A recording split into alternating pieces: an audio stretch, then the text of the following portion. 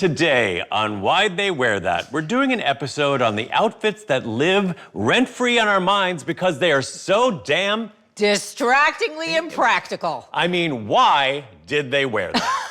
Why'd they wear that? Really, today we're like, why did they wear that? Why did they wear that? The only opinion we have was like, how could you be this impractical in this situation? Right, I mean, have you ever watched a movie or a television show where you're like, you can't even pay attention to the plot anymore because the outfit is so stupid? Or it's just like, you know that no real person would ever wear that. Or you're like me and you spend so many years in reality television running in heels to keep up with somebody much taller than you. Oh boy. You have All my true fault. empathy. Top 6 impractical outfits.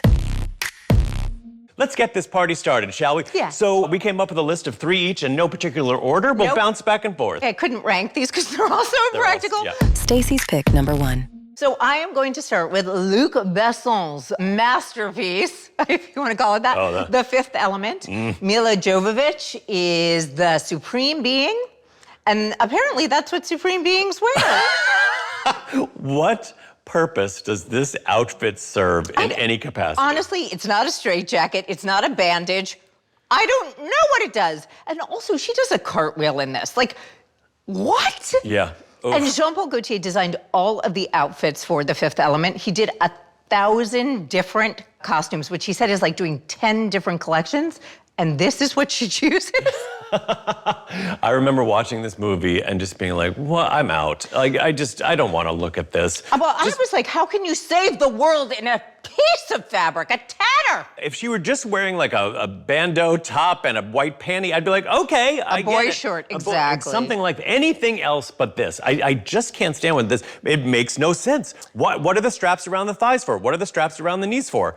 What are they doing? What purpose are they serving? Are they just decorative? They don't. And she's right now, she's on the ledge of a building about to jump. And let me tell you something, this bitch can't fly. So there's a lot that happens in this movie, but this outfit does nothing to help her save herself or the world. It does nothing for the plot. It does nothing for her figure. It does nothing for the... It does nothing for the this. It does nothing for the that. We could do it like a Dr. Seuss, rhyme. Right. But the movie is called The Fifth Element, right? And so you have fire, water, air, and earth. And she's the fifth element. The fifth element is love. She is love. Does that look like something love would walk out the door in? If that's love, I don't want it. I don't want anything to do with it. Clinton's pick number 1. Okay, so for my first pick, I chose Claire Dearing in Jurassic World. Claire Dearing. I was like, who the hell is Claire Dearing? Claire Dearing, yes, played by Bryce Dallas Howard. Okay, Yes. This is Jurassic World. And I remember when I saw this in 2015, I was screaming at the screen. I'll tell you why. All right, so I They're get in the it. jungle.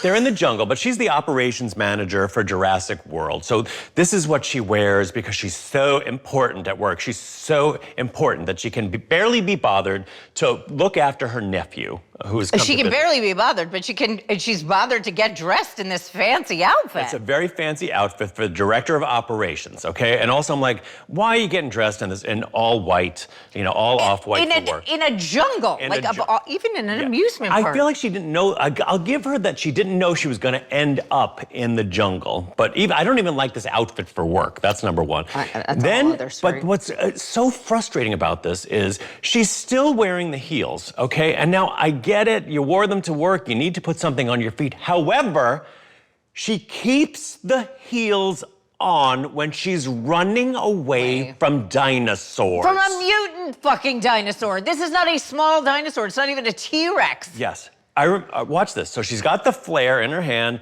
The mutant dinosaur is huge. He's the size of a building. He's got teeth like razors. She's got a flare in her hand. It's literally 10 feet away from her. And she's got heels on.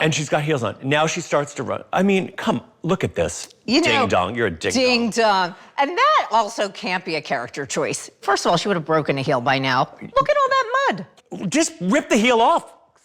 Take the heel. You need some soul. Rip the heel off. Or use it as a weapon. Do something. Hit something in the eye. Anything other than wear those running away from a dinosaur. It was so distracting to me. I was like, I can't even watch this movie anymore. I imagine what it's like to be Damon watching a movie with you.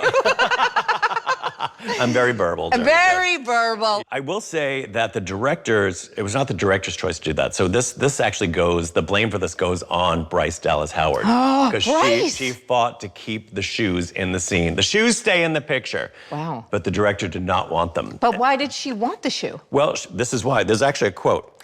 Howard defended her choice to Cosmopolitan magazine. She's in high heels, quote, because she's a woman who has been in high heels her whole life and she can fucking sprint in them. She doesn't have to be in menswear and flats in order to outrun a T-Rex. Yeah, okay, whatever. Stacy's pick number 2. All right, well, my next one, and I don't want to start any shit with this, so let's just be clear. I really was talking about how impractical the outfits are. It ends with us. Oh, yeah. Blake Lively. Stacy stirring the shit. The pot. I don't want to get into who said what and who did what. It's just the florists I know are working with mulch and soil. But when I look at this bag and I look at these heels in this outfit, I'm like, I don't know a florist ever. I don't know that I've ever seen a florist in a flower shop in a heel with mixed prints and a Valentino bag. The Valentino bag, yeah, seriously. She would have to be the most successful florist probably in New York City. In the world. In the world to afford that bag, which is kind of crazy. Like, where's the money coming from? Exactly. And we already know that there's no other source of money because she's like pulled herself up by her bootstraps. That's all I'm going to say. We don't have to talk about Justin. Not a peep, not a word. I don't want to say. Should we talk about her outfits overall in this movie? I mean, the outfits overall are pretty unbelievable, right? I mean, just from a styling point of view, and I do think Blake may have done some of this styling. Yep. She notoriously does not have a stylist and chooses all her own clothes. So I do think that she had a lot of creative input here. And I think that she was going for something bohemian, but like a lot of the kind of continual thread in a lot of the outfits that we don't like are when they're unfocused. And I feel there is way too much going on in every look for the look to actually gel. I could not sit through this whole movie, so I stopped watching it at a certain point because I didn't like it. Really? Yeah, but the vibe I kept getting the feeling was like, oh, I'm trying to be like modern day Sex and the City, you know, like making a style statement. But for me, the statement didn't really ever congeal. Right. I think that it was lost in translation. Yeah. And look, if you are a florist who is on her feet all day in New York City for 8, 10, 12 hours, and you wear 4-inch heels, please slip into the DMs. Yeah, let us know. yes, please let us know, because I think that's a Croc, and you're probably wearing Crocs. Right. Crocs would be the practical choice here. At Why'd They Wear That, we love a look. And if you want to recreate some of these looks, you don't actually need to buy anything new. Exactly. Vestiaire Collective is the most trusted place to shop pre-loved luxury, so you can find incredible pieces without contributing to overproduction. It's curated, authenticated, and full of things you won't find anywhere else. It's just a smarter way to shop. Vestiaire Collective. Think first, buy second. Clinton's pick number 2. So, all right, I might get some shit for this one. All right, it's okay. I'll protect you. I just want to say that Kerry Washington as Olivia Pope is stunning, and I love pretty much all of her looks. She looks incredible. Oh my God, Clinton, you don't have to make any excuses. Everybody knows that Kerry Washington is beautiful and scam. I just, I could bump into Kerry at a party or something. I just want to make sure that she knows that I know that she's amazing. She's stunning. And I do love all the outfits. However, I have lived in New York City for 33 years now. And you've never met Kerry? I'm shocked. I know, shocking, right? 33 years, and I do not know of a single woman in this entire city of millions of people who has made a white coat her signature look. Because no one in their right mind makes their white coat a signature look in a city. In a city. So this is DC. Not as big of a city as New York, but arguably dirtier. And humider. Yeah, and humider. It's a bog, essentially. Yeah, it is a bog. It's a swamp. Here's the thing. She sits on a park bench. Have you been on a park bench? I mean, clearly, Kerry hasn't been on a park bench lately, or the costume designer hadn't. She gets up here. Perfect. Right there, you'd have bird shit or gum or some sort of like sprinkles from some kid's ice cream cone on the back of your jacket. Or some kind of pee. Some kind of urine. Exactly. This would be so impractical that every time I would watch the show and see her in it, I couldn't watch her get out of a car, go into a car, push open a door without thinking you're going to get grease on that, you're going to get dust on that, you're going to get dirt on that, you're going to get schmutz on that. I love that you're so worried for her. But she eats popcorn for dinner and drinks red wine on a white couch. Nobody in the world. No. Stacy's pick number 3. What do you see in this picture? Can we stop it right here where she's trying to pull down the dress that's so short? She's getting a gynecological exam from the horse. Tell me, what do you see in that picture? Oh, I see a woman in a red dress riding a horse. And what movie would this be? This is the movie Bridesmaids. It is. Yeah. And I remember being so excited that I thought of this and I waited for everybody's response. Oh, Stacy, what a great idea. That's so impractical, so funny. There is no horse in Bridesmaids. From Clinton, ChatGPT and Claude both say there is no horse. And Gemini. And Gemini all say there is no horse in Bridesmaids. Marissa, one of our producers, said, Stacy, I'm so sorry. We just saw Bridesmaids, and I think you're probably mistaking it with something else because I saw it, and I don't remember seeing a horse. Yeah. And then Nick, our other producer, comes in with an email that says, London, I got you, with a screenshot of Kristen Wiig on that fucking horse. I'm smarter than AI. You are smarter than AI. I thought that you were crazy. I'm going to say you already think that I actually was like, oh, Stacy must have smoked a lot of weed. Smoked a lot. No, I thought this is what I thought. I was like, oh, so when I did search it, it said that this scene was in the original script. All AI said this scene was in the original script, but didn't make it into the movie. And I was like, well, maybe Stacy read the original script. Right, maybe I read it. And then you're thinking, why would she have seen that? Why would she have seen that? That's exactly what I was thinking. Well, what if I'm friends with Paul Feig and you don't know it? You would have humble bragged about that by now. I mean, in this company, I'm trying to get one humble brag in. Thank God I fucking saw the horse. Yeah, you did. You did it. And how impractical is that dress? It's really impractical. It is really funny to me that you can see that she's like barely hanging on. It's hilarious. It's funny. That's the comedy of it. Kristen Wiig nails this character. Genius. Yeah, it's perfect. All right, well, Stacy, I enjoyed your 3. Thank you. Clinton's pick number 3. All right, my next one I'm really not so excited about talking about because I love Caitlin Olsen.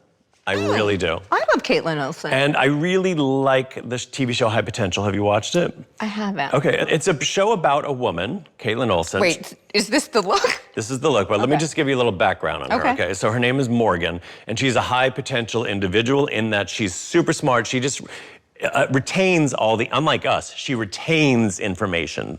So she can remember basically anything. I want to say... Don't give me the side eye, because you know damn well that we can't recall shit.